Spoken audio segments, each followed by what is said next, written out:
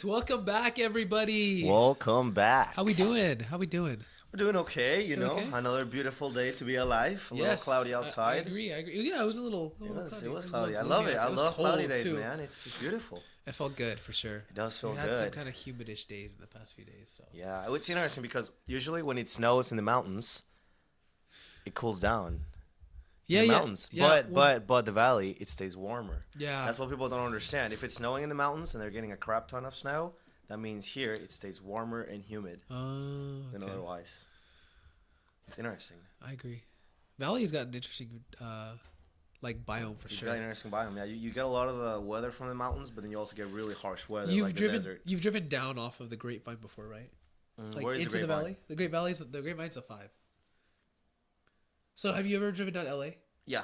So you know when you drive, you take the 99, and then you go up the 5, like the mountains. Oh, and then Have you you go ever down. driven? Have you ever driven Yes. down like back in? You Yes. see like the cloud, the haze. Mhm. That's crazy. Yeah, it's sort of like when you go to like looks like you're Kings driving Canyon somewhere or evil. Sequoia, more specifically Sequoia. You Uh-huh. stand like in the Morro Rock. Remember that time we Yes, were hiking yes, and you yes, see the yes. whole like But that was I fogginess. think that was just cloud. That's just cloud, yeah. But like that's how it looks.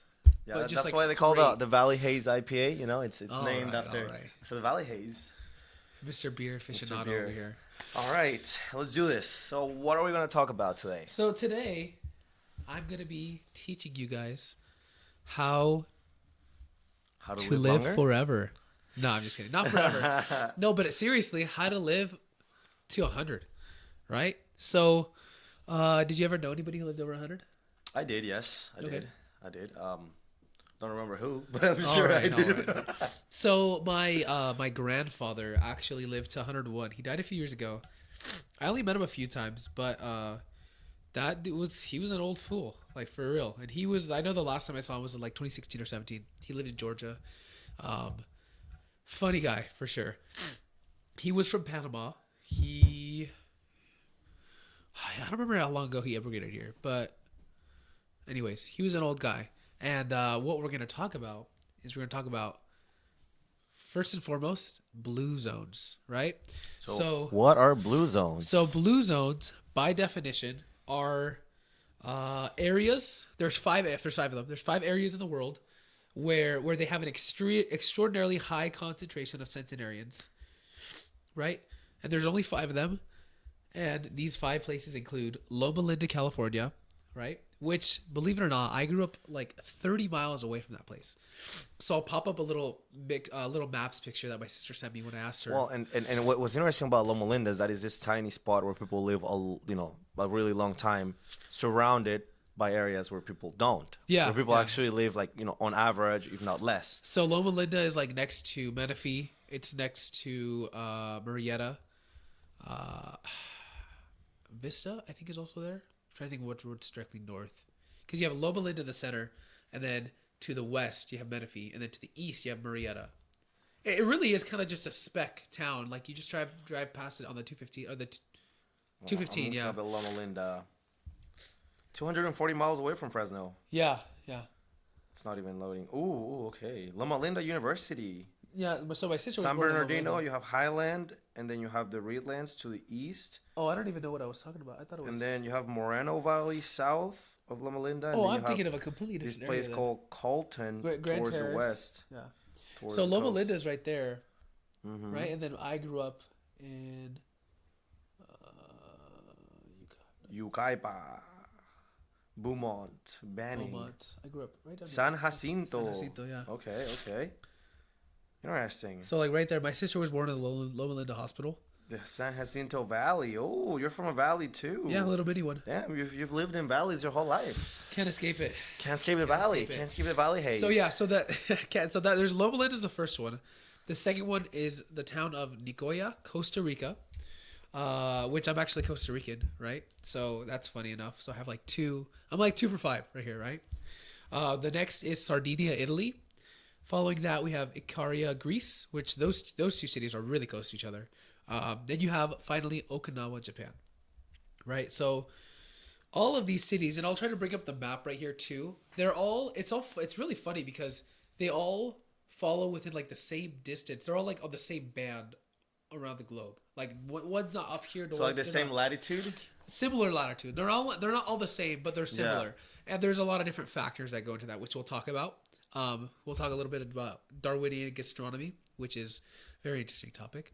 But first and foremost, what I want to talk about are the Power Nine. So, What is the Power Nine, Gabe? so the Power Nine are nine commonalities among all different regions that are occurring, which help enable the population to live well into their 90s without any chronic illnesses. So you're basically like, if you follow all these nine, you're gonna live to your 90 without having any issues. Which is a really interesting thing when you talk about quantity of life versus quality of life. Yeah, And like in modern society, we have been able to increase the quantity of life. Like people are actually living longer now on average than ever before. But now you talk about the quality of their life. Like how well are these people living? Like are we keeping them alive synthetically with a bunch of medicine and with a bunch of drugs, or are we keeping them alive organically? yeah. So the funny thing is, you will see a lot of people live a long time, but then you look at them and they're like, they have like those containers. Yeah, a medicine pouch. A medicine that they have to take daily, right? But then they're also like smoking and drinking too. They're kind of like a, Well, they're kind of like a tumor that you just can't get rid of. they are. That's like not no hate or no offense to anybody, but like that's how some people live long.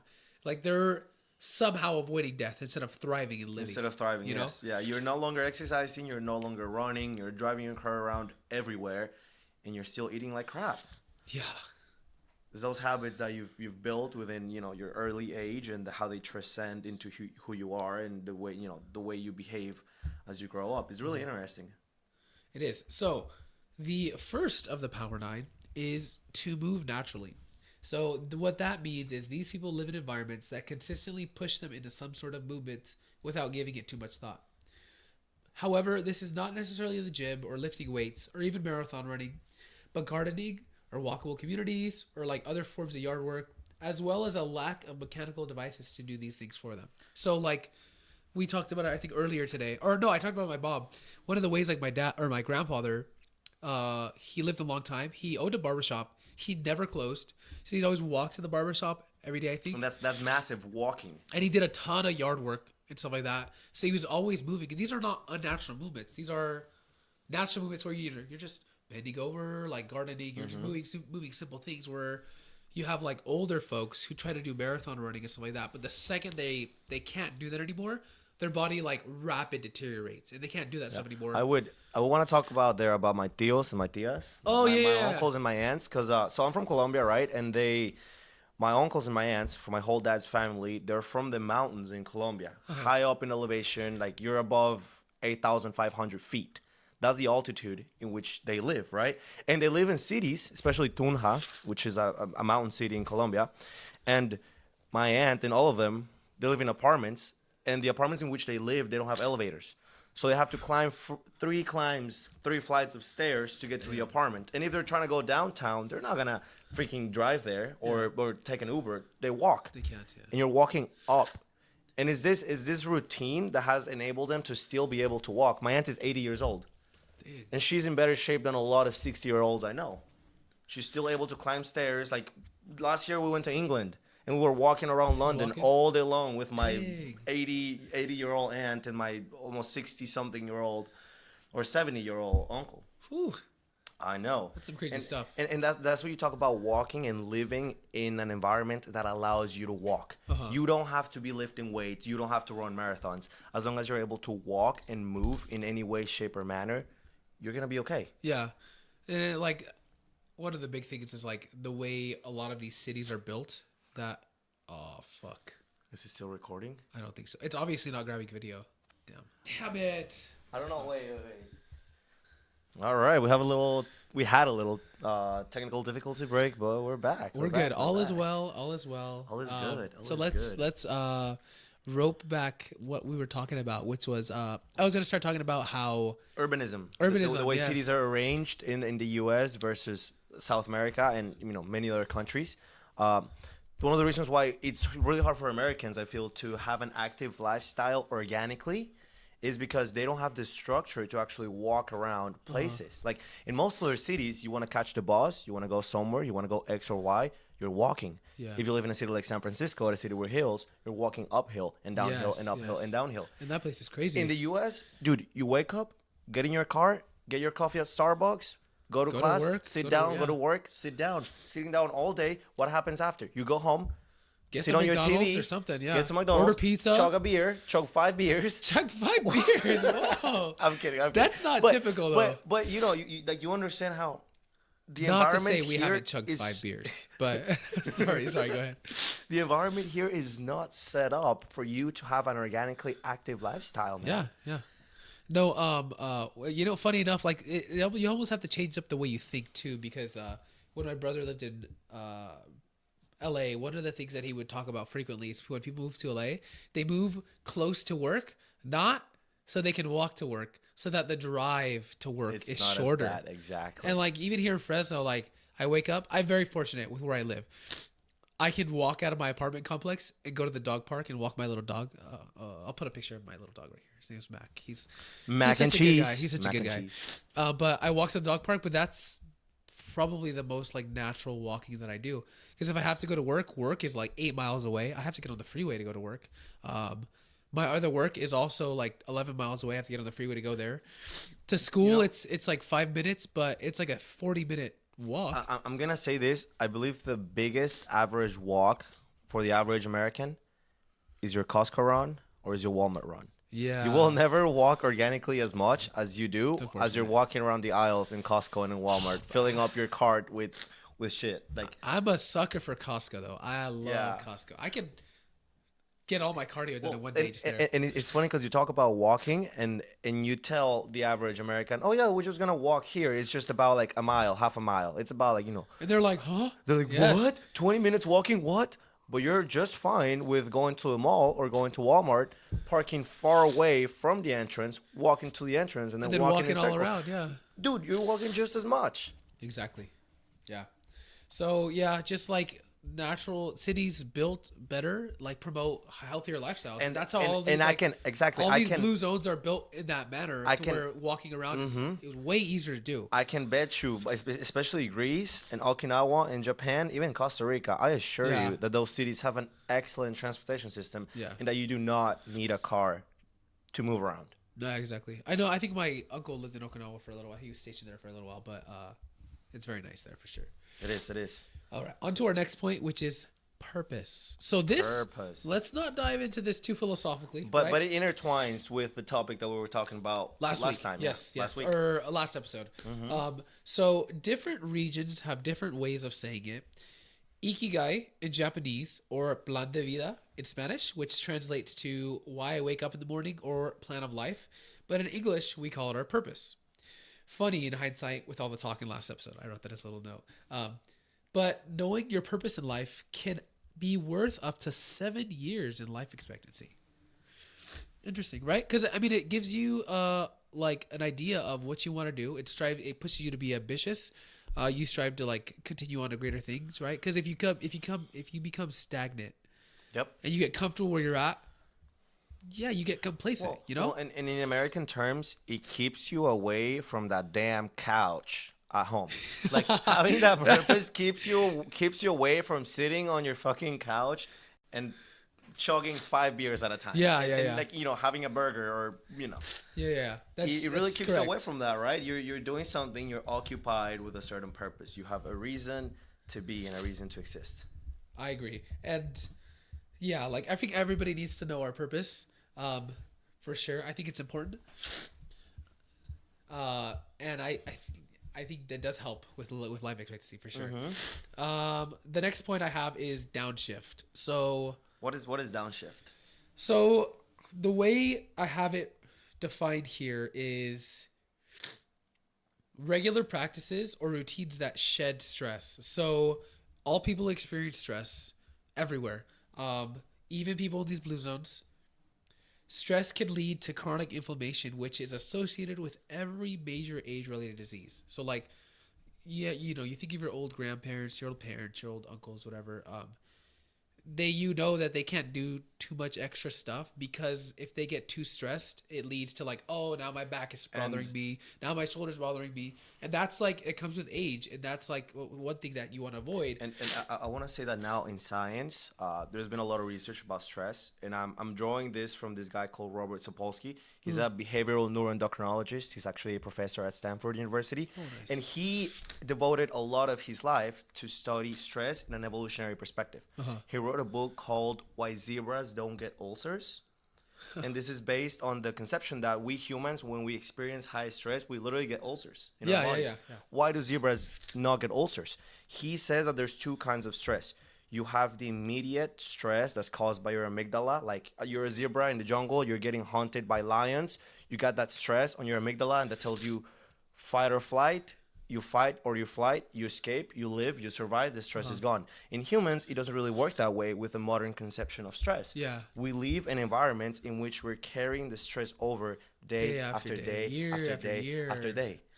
So it causes a relative like hormonal disbalance, which literally degenerates your body. Yeah.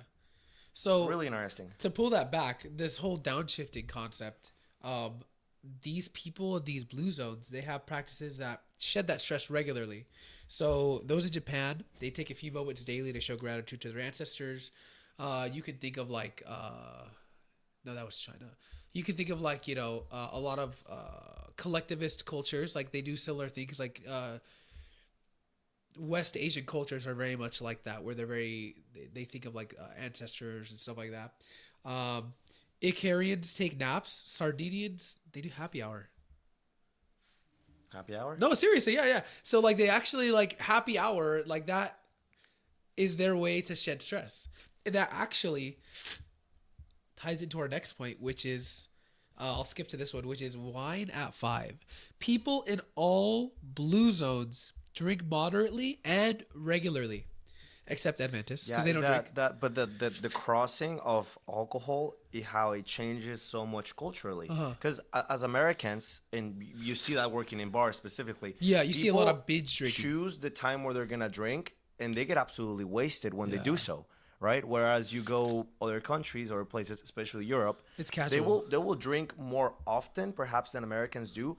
but never They as don't, much. They don't drink as much. They don't binge drink the way Americans do so. Right. So there is studies that say for sure moderate drinkers do in fact outlive non-drinkers, and the right way to do it is having 1 to 2 drinks a day.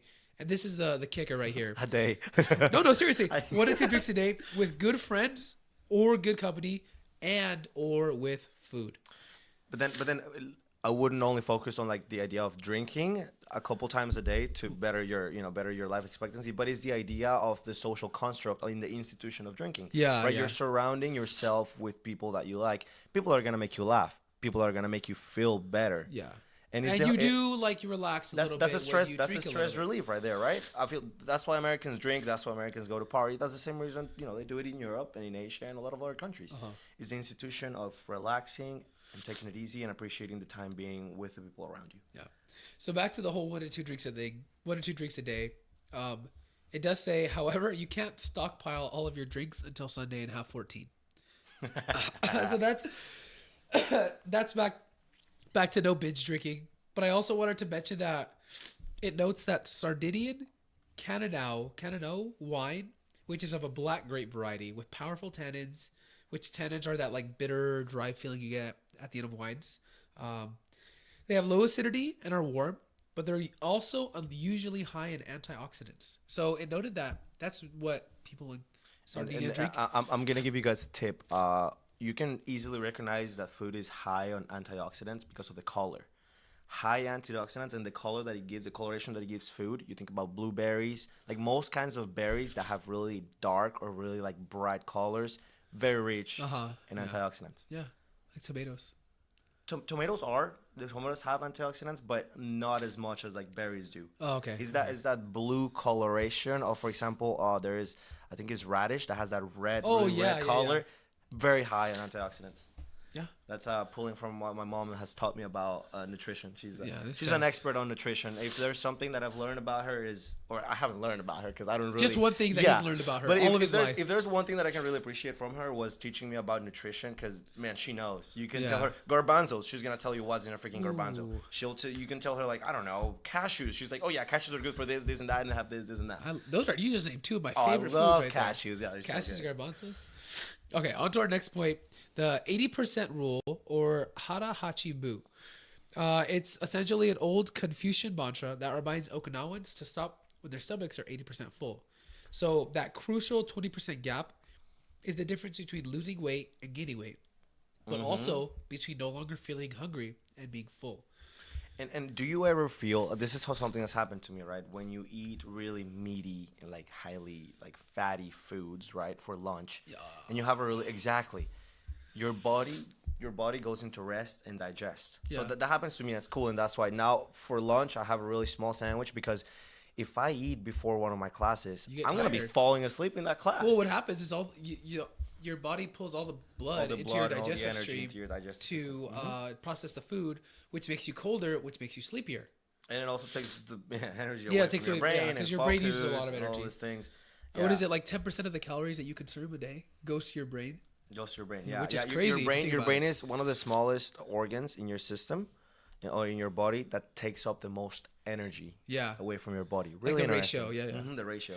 So also along with that is the commonality here is people in these zones consume their smallest meals in the late afternoon or very early evening, and then abstain from eating for the rest of the day. And that's another thing I learned from my mom. My mom always told me you should have breakfast like a king, lunch like a prince, and dinner as a homeless or as a peasant. Yeah.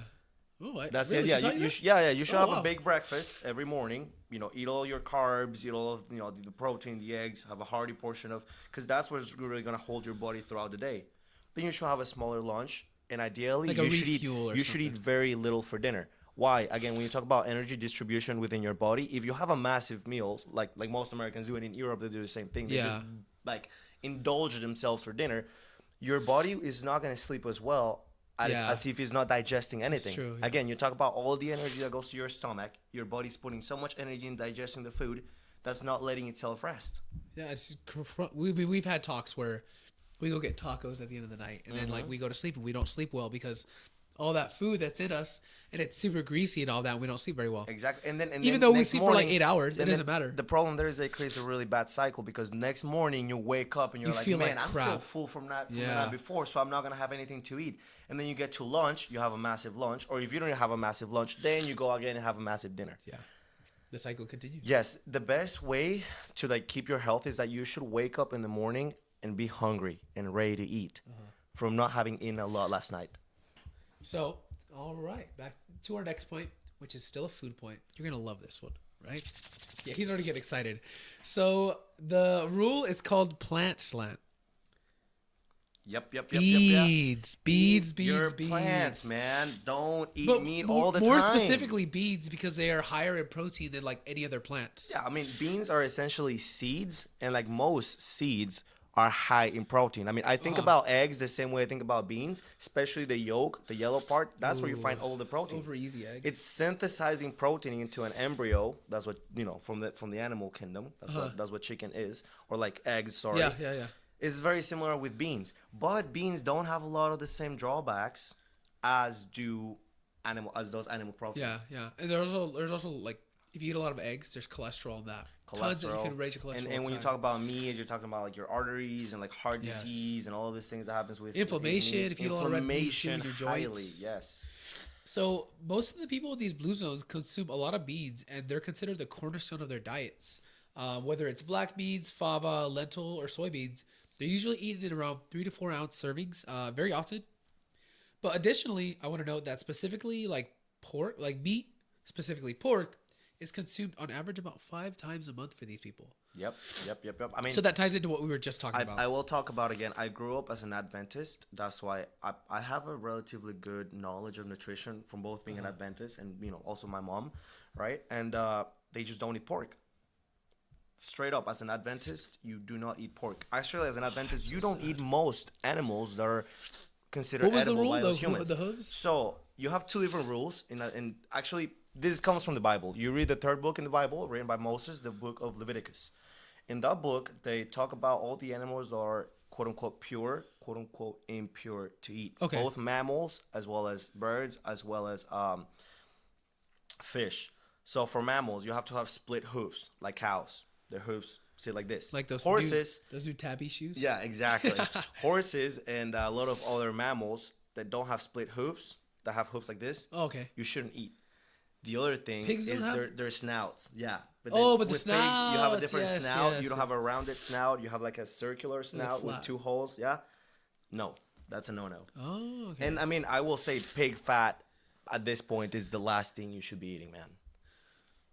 Sorry. I mean, it's delicious. I love my bacon. Like, yeah, I know. It's hard to say this. guanciale. What's the other one? And you like in Mexican culture, you also have cooking a lot with lard, which at the time it Yes. served its purpose. But now we live in a society where we're highly saturated with horrible fats and oils. So on top of eating seed oils, you're eating animal oils and animal fat. Like, no. Yeah, that's literally their excretions, which is kind of gross. It is kind of gross. It is kind of gross. And I mean, Because seed pigs oils. don't Seed sweat, oils are yeah. also disgusting. Pigs like, don't sweat. yeah. So. If you're gonna cook, you need to start switching to avocado oil, more natural oils. Even olive oil. is okay. Olive oil is okay until a certain temperature. That's what a lot of people don't understand. Olive oil, it's good eating it in salads raw, and if you're gonna eat olive oil, barely warmed. Yeah. Once you start cooking olive oil, it takes away a lot of the positive, like natural, good things about olive oil. Yeah. So on to our next point, which is belong, right? So all but 5 of the 263 centenarians, which are people that live 200 years old, interviewed for this study, belong to some sort of faith-based community. Or belonging in a community. Having a sense of community is massive. Well, for this point, it is faith-based it's community. faith-based communities, yeah. Denomination is not a factor, but there is research that shows that attending faith-based services up to 4 times a month does add up to 4 years of life expectancy. And we could definitely go back and forth about like senses of communities, but like this is pulled from this study where like I'm sure like obviously the Adventists in like Loma Linda, but I'm sure like they have their own I would assume it's like Buddhism in like What? Japan and Okinawa and stuff like that. Yeah. I Well, think they're Japan Buddhist. has many religions. I don't know exactly, but I'm pretty sure Buddhism is one of those. Yeah, I religions. know that a lot of stuff moved from India. Like I know Buddhism is really common, like anime and stuff like that too. Like there's a bunch of adaptations, but like I'm sure it's just like Eastern Orthodox, like Christianity in like Italy and Greece and stuff like that. Costa Rica, from what I know, I mean my mom was Catholic, so I would assume that it's like Catholicism or Christianity there too. But like yeah, going to having a belonging to a sense of community like that, it gives you a little bit more of a purpose to live for. Which is important, right? I completely agree with that. I would completely agree. Having a sense, not only that, what the sense of community really brings, I feel, to people is knowing that you don't have to do everything by yourself. That you always have an underlying structure that's gonna help you. And in Latin American communities, is like, okay, let's say my toilet broke, or I don't know, I have this pipe that's clogged. I know I don't have to call a company because I know this guy's uncle. He's a plumber. I Bring can him call over. Ricardo down and he can help me out. And is that really relieves people of a lot of stress. You know how he says it takes a village to raise a kid. Yes. It also takes a village to take stress away from people. It really does. Yeah. So on to our next point, which is this is really important too, because I feel like the society we live in now, this is something that's taken for granted. But loved ones first. People who frequently make it to 100 in these zones often put their families first, doing things like keeping aging grandparents or parents in the home or nearby. It also helps lower disease and mortality rates of the children around too. They can also commit to a life partner, which can add up to 3 years of life expectancy, and agree on parenting styles and approaches, primarily investing into the children lots of time and love, which will in turn lead them to take care of them when they age as the time comes. So if you notice, it's kind of like a cycle. Like I grew up with my parents. For example, I grew up with my parent and my grandparents in the house. Yep. I did grow up with my grandma until she passed away, but like keeping them around was important. My parents put up a lot of love, a lot of time. They invested into that. So when it comes time, I see that love and time that they put in. When it comes time, they'll stay with me, and then my kids will see that, and I continue to put the time into them, and my parents put the time into them, and it just keeps turning over. And I mean, my grandpa was 101. My mom is. I don't think she'll be mad if I tell. I will say that's okay. I'm gonna let you finish. I don't think she'll be mad if I tell people how old she is. She's 62. Your But mom? she looks like a 40-year-old. She is energetic. Remember that one time she came to work? She was talking his ear off for 2 hours. I know. I was like, 2 hours. I was like, please leave him alone. It was a good conversation though. It Your was, mom is yeah. I wish I could take my mom out to a bar and have a conversation with her, but she Yeah. doesn't drink. Yeah. Like, what are we Give gonna her a do? mocktail. Go to like a vegan conference and talk about lentils? Like, come on. Yeah. Yeah. But yeah, like, she's had a lot of things in her life, but she's still very, very young, seemingly. So, Loved ones first, and I have a big criticism on American culture is because you don't put loved ones first. Yeah. You We're put not- we're money. very You put money individualistic in your here. job first, but that really disintegrates the core values of the family. The idea here is, as parents, you have your kids, right? And the historic idea has been you're 18, you're 20, okay, go do your own thing. Yeah, get out of here. What happens there is that you're taking away a lot of time with your family, with those people that love you. You're going doing your own life, moving to another state. You have your kids, and where are your grandparents? Yeah. Like, where are your parents? You know what I mean? I know we're two pretty good examples of that. I see my parents now like maybe 6-7 times a year. I'm sure for you it's fewer, right? Yeah. I haven't seen my mom in a bit. Yeah, but like I saw my mom right around New Year's. I'll see her this upcoming weekend. My sister's turning 15, by the way. If y'all want to wish her happy birthday. But the last time before New Year's I saw them was like October, and before that was in the summer previously. So I go lots of time without seeing them, and it's it's taking its toll on me for sure now. But I'm grateful for when I can see them, and I will definitely consider. I'll consider keeping them around when they get old. I'll consider. Yeah, it. it's really important as well. I mean, especially if you're planning to reproduce and having kids, again, having the advantage of having your grandparents that are there willing to take care of your kids and spend time with them and take some of that stress off of you, it's massive. Yeah. That's probably one of the reasons why having kids, especially for women, right now in society, we're seeing that as like a big setback to your professional career. Yeah.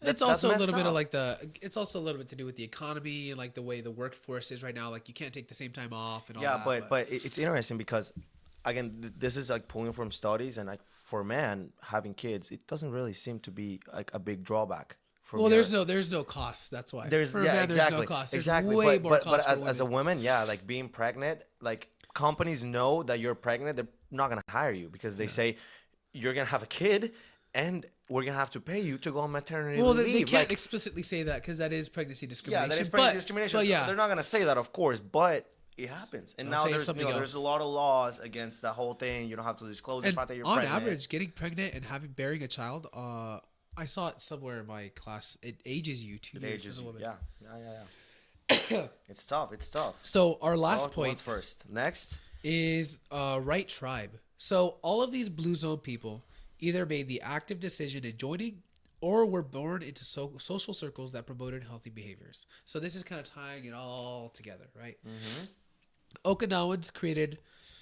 I don't even know how to pronounce that, Moau, which is essentially, it's a group of 5 friends that commit to each other for life. So we don't have that yet. We have 2. We have a third. We have a third, our producer. We're looking for 2 more. No, I'm just kidding.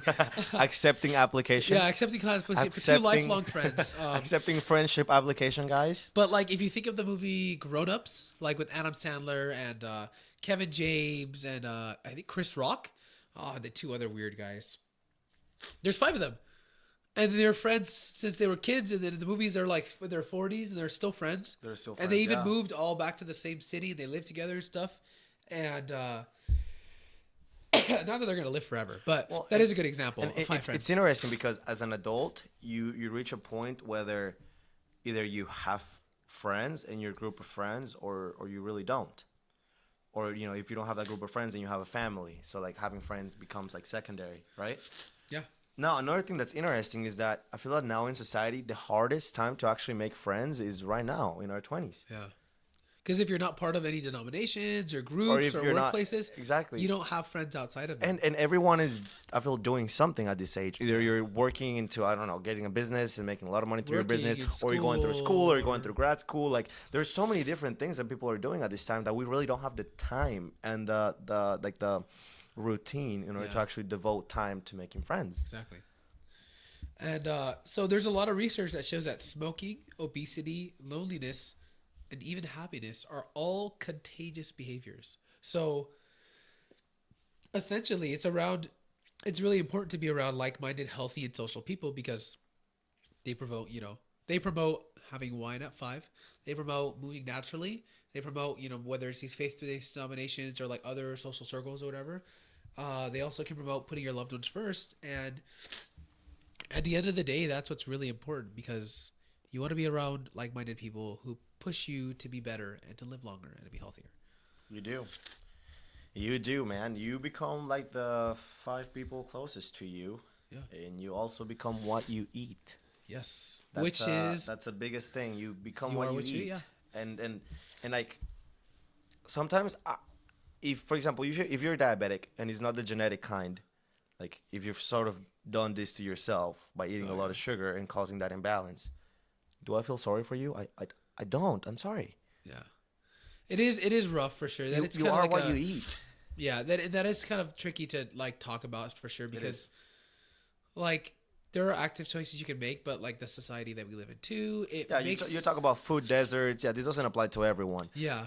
but I would say you always really have the choice. Yeah. Maybe you don't have the money oftentimes to make that choice, but I don't know. It's weird. We It's live in it's a a country tough. that has such an overabundance of food, Yeah. and yet you have people that are starving, Yeah. or people that don't have access to good food. I mean, it's just It's really it's unfortunate. complicated. Yeah, it's complicated. So the food thing is funny because that's our next topic, and we're talking about Darwinian gastronomy. So, Hmm. um, by definition, this is the idea that there is a strong relationship between the mean annual temperature of the recipes or of a recipe's origin and the amounts of spices used in those recipes. So around the globe, like if you were to like sphere it up right here, right? You have your equator in the middle. We're gonna have the globe right here, if you can do that on I'm editing. gonna try. I'm gonna try. Okay, The so globe you have this. You have this equator right in the middle. There are many similarities amongst cultures and peoples based off of their equidistance to the to the equator. equator. Hmm. So you look at places like Morocco and places like Colombia, for example. They use a ton of spices. They may not all be the same, but they use a ton of spices in those recipes. So I will say, I'm gonna make a parenthesis here because you're splitting the word in the Ecuador, but when it comes to food and the way people cook, I would also split it in half because you have the East and the West. uh And this is when I'm gonna talk about spices again because in Eastern cultures and societies, the food itself, they don't focus on single ingredient plates. yeah, They focus on a lot of different ingredients. Think the about Thai food. amalgamation, like Think the about food is the curry, Indian amalgamation of curry, everything. Thai curry. It's not just one thing. It's not just chicken. No, it's chicken with vegetables, with spices, with broth, with Chilies this and and that. seasonings Now and come to the fruits West. or Come to vegetables. the West, American culture, even Argentinian steak. It's like steak, yeah. It's just single ingredient foods. Uh-huh. It's either the steak, the chicken, and the steak is really good, or the chicken is really good, but it don't really needs, I don't know, salt, pepper, oregano, not much, Yeah. butter. Single ingredient versus the collectivistic approach of putting everything in there, which is what they do in Asia. And that's what this whole idea is about. The whole idea is really about spices and seasonings. Um, Basically, the closer you are to the equator, these foods have to be loaded with spices and seasonings because of the proximity of the equator and the strong antimicrobial It allows you to properties. have that like rainforest biome where it rains a lot and you have very fertile land Yes. to grow Yeah. lots of this food. But the spices have strong antimicrobial properties. The spices have in helping preserve the food used in. So everybody knows that if you leave food out, it goes bad. But spices in that, like there was a time before refrigerators and stuff like that. So the spices in these foods actually helped it stay better longer. Etymology lesson. The word salary. The word salary, the first three letters. It comes from salt, because back in the Roman Empire, they used to get paid with salt because it was a commodity. Why? Yeah. Because salt preserves food. Yeah. So it's funny how like that's the way it works, like with the spices and stuff like that. Because the higher average temperature of a point of interest, whatever region, whatever it is, the higher average number of spices are used for dishes, and vice versa. So lower average temp, lower average number of spices. So for example, we have on average an Indian recipe calls for 9.3 spices, and is pulled from a pool of 25 different spices that they use. On the other hand, Norwegian recipes call for an average of 1.6 spices per recipe and only pulls from a bank of 10 spices. So depressing. I will say too, like I've gone to England. Is the only place in the only country in Europe where I've gone so far. And British food, oh my god, is plain. Plain, yeah. Plain. So this is like it's so plain that what people really eat the most is Indian food. Yeah. Indian food is Indian actually takeout. exceptionally Delicious. good in It's London. the complete opposite of British food. Maybe that's why they colonized them. So in this isn't Norway, but this is Sweden. There's this thing called surströmming. Some people may be familiar, but it's like canned. It's funny because you look at pictures and then they're all going like. So basically, like this is a delicacy over there. They love this apparently, but it's fermented herring fillets in a can, and like the pictures that I'm looking at are people like gagging.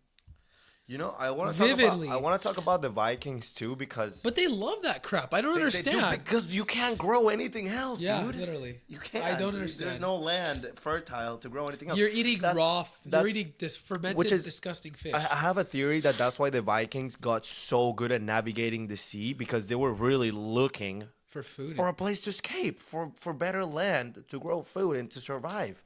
The Vikings never developed like amazing architectures like the Romans did, or like so many empires before that, or so many civilizations. They live in huts, and like it was basically, what's it called?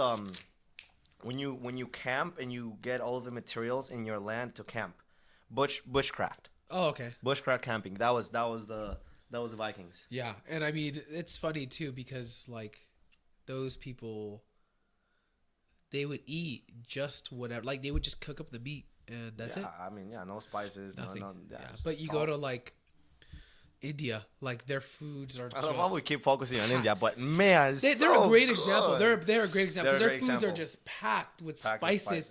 And you take a bite, and it's literally like being transported there. It's a whole explosion of flavor. So it's you're just getting. But then you also think about like mouth. Japanese food, like especially poke, sushi, of course. It's not necessarily the spices they have, but the amount of ingredients in a sushi roll, man. Poke is amazing. Oh my gosh. So good. Another thing I wanted to talk about, and I'll try to wrap it up from here, is capsaicins.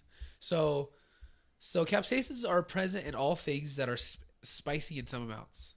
You kind of know what capsaicin is, right? Capsaicin? It's just the chemical compound or the chemical that is in like chiles and stuff like that, which causes it to have spice. To be spicy, okay. Yes. So its original purpose was to keep predators from consuming it because of how the body reacts to it. Because it gives you a burning sensation, right? If any of you guys have ever had anything spicy, you feel it burn.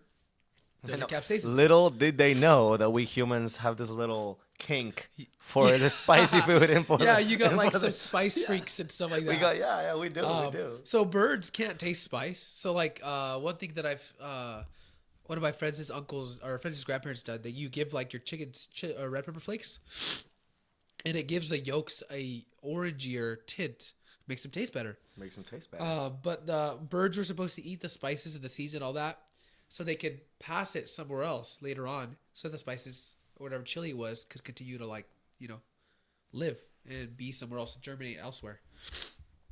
But now capsaicin is fun. Like, can you think of the spiciest thing you've ever eaten? The spiciest thing I've ever eaten.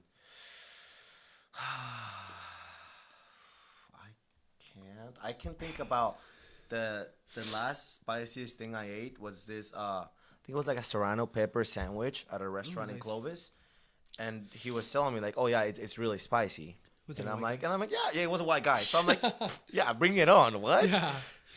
I went through like half the sandwich, and I had to chug my whole beer before he even finished. Like, Dang. dude, I was sweating. And then he comes back and he looks at me like, "Is it spicy?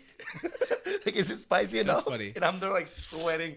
My mouth is red. My face is red. And that's funny too because have you ever seen the Hot Wings or the Hot Ones show No. with that bald guy? He like interviews people while they're eating wings, like spicy wings. So one of the spices on that show, it's one of the last ones. It's called the Last Dab. I tried that a while ago. I had like a small dollop on a Ritz cracker, and me and my buddy were like out for like an hour or something. It was so hot. Yeah, I can only do so much spice to the point where I'm like, okay, It's all I just not taste is like enjoyable. spicy. It's Like just I not want enjoyable. spicy and be able to taste everything else, but when all I'm tasting is spicy, it's like there's nothing to it. Like that ají verde, that Peruvian ají verde. I'll put you onto that. That shit. That's Okay. good. Holy, and it's hot, but it's so good.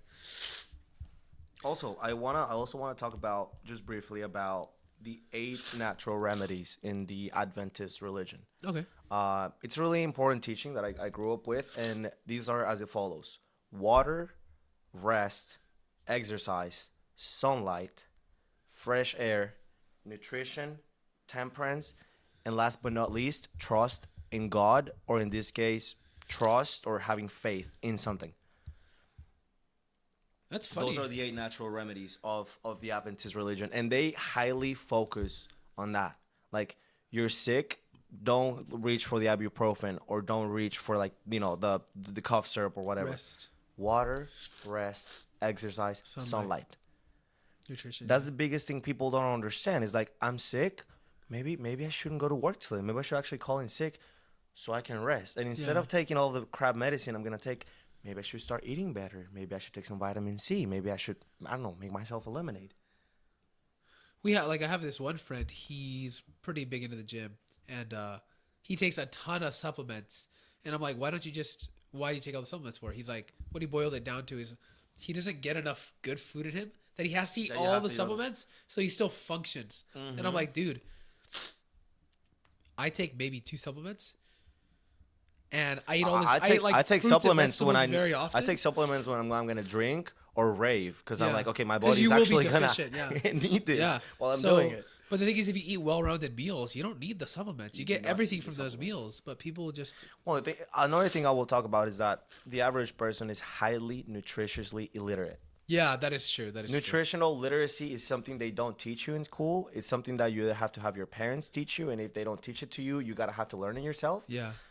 But You learn as you go. it's not thought in society. Nutritional Especially literacy. as college students. I think I'd probably say like you and me are probably the upper 5% of people of college age kids that eat well. Yeah, and I can't. I mean, compared to the way I ate growing up, I mean, I grew up in a vegan diet until I became vegetarian. So the first 7 years of my life, I ate very little meat, if so. Then I started eating meat again because from my dad's side, they're all again from the mountains, but they have like cows and farms and all these things. So like they eat a lot of meat. But who fares better now in life, my mom or my dad? My mom. Yeah. By far healthier. But yeah, really interesting. And a lot of those points too, they kind of tie back to these Power 9. To the Power 9, yeah. Also, temperance. I'm going to make another parenthesis here. That's almost like the 80% rule. The 80% rule, yeah. Yeah, temperance is massive. And I want to go back to the Greeks because the Greeks drank a lot of wine. Yeah. That was their main beverage or alcoholic beverage. But guess what? They always watered down their wine. They would consider it barbaric, animalistic to eat pure wine. It also makes it last longer too. It makes it last longer. They also say more. that alcohol will also purify the water. It's also cheaper to water down your wine, but also at the same time you're not getting drunk nearly as fast as watering it down. That was the biggest thing that I learned from them and doing that. It's temperance. You can still have fun. You can still drink your wine, and we still have fun, you can for sure. still have certain unhealthy habits as long as the majority of your habits and your lifestyle is pointing towards a healthy direction. That's what people don't understand. It's all about living longer. It's all about living, I wouldn't say longer, but with a better quality of life, man. Better You do quality of all these things the right way, you'll live a good life. You'll find yourself happy. You just happen to live longer. That's just how it works. Another thing I'll talk about, exercise. That is the biggest thing. You know how we've talked about the studies that they've done on people that live the longest? Oh, yes. So, I'll see if I can pull up the graphic. But essentially the way it works is they looked at like a 6-year-old marathon runner and a 6-year-old just like average person. The bone density, the muscle density in their quads is directly correlated to like their lifespan, like their life expectancy. And then the marathon runner actually lived a better, healthier life and lived longer, and it was correlated to like the muscle mass in their legs and their quads. And Because you need that muscle mass to live longer. yeah, from a medical perspective, muscles are the organs of longevity. Yeah. And certain muscles more than others. When we talk about those certain muscles, we're talking about your torso, your glutes, your legs. Trunk strength, yeah. Trunk strength is massive Especially for you to be able to still have a healthy lifestyle and still be able to have proper mobility later on in age. Yeah, having more muscle mass too. Also, you will have stronger bone density or more bone density, which is also better for you as you get older because you start losing bone density as you age. Actually, so yeah, and it's so funny. And I wanna end with this. I'm taking a developmental psychology class, and then one of the questions that the professor made to us was like, who do you guys think is the most diverse group when it comes to lifestyle? And I assumed right away, well, it's all as younger people, right? Like, you know, you think about older people, most of them are, I don't know, playing bingo or, I don't know, you know, sitting on a couch, rocking chair. It's all the younger people that are, you know, going to school and doing all of these things. She goes like, it's actually the older people. Yeah. Because you have a massive range from the 80-year-old that's running a marathon or that's like, you know, scuba diving all the way to the other side of the spectrum to the 80-year-old that can't even move. Yeah. That's sitting on a bed. And you have everything between. You have 70, 80-year-olds running marathons, scuba diving, I don't know, sky jumping, riding their bicycles, swimming. But you also have the other side of it. Yeah. That's crazy, yeah. Because, I mean, one thing they promote, too, as you get older is learning new skills and doing new things because it does help you live longer. Plasticity. Neuroplasticity. So interesting. So, yeah, guys, you know. I think that wraps it up for today. Yeah, that does wrap it up for today. I would want to say, learn about nutrition. Yes. Not from me, you know, not from Gabe. We're not experts. Definitely not from me.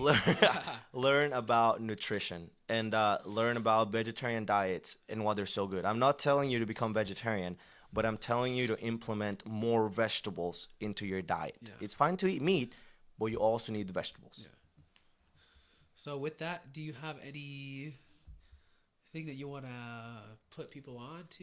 Music, media, MMM? I don't have anything today. Nothing? Okay. I want to talk about this show I started. It's called Landman. Very interesting. It goes against a lot of what we talked about today, but it's on Paramount Plus. They talk about the oil industry. Paramount Plus. No, it's cheap. I got Netflix here, man. No. I'm broke. I got Netflix. All of it is my mom's and stuff. Oh, there you go. But it talks about like the oil industry in Texas and like the shadiness, the bouginess, the craziness, all that stuff. It's a very interesting show. It's really entertaining. Billy Bob Thornton is the lead actor. Pretty good show. I like it. Pretty good show. Also, actually, I mean, this is common knowledge, I guess, but if you've liked Breaking Bad, I'd recommend watching Better Call Saul. Did you finally finish it? Yeah, I finished it. Yeah, I picked it up again. Ooh, you finished it then? So good. Yeah, I finished the show. Gosh, so that good. Show is the crazy. build up, and it's got the same like shots and the same videography as does Breaking Bad.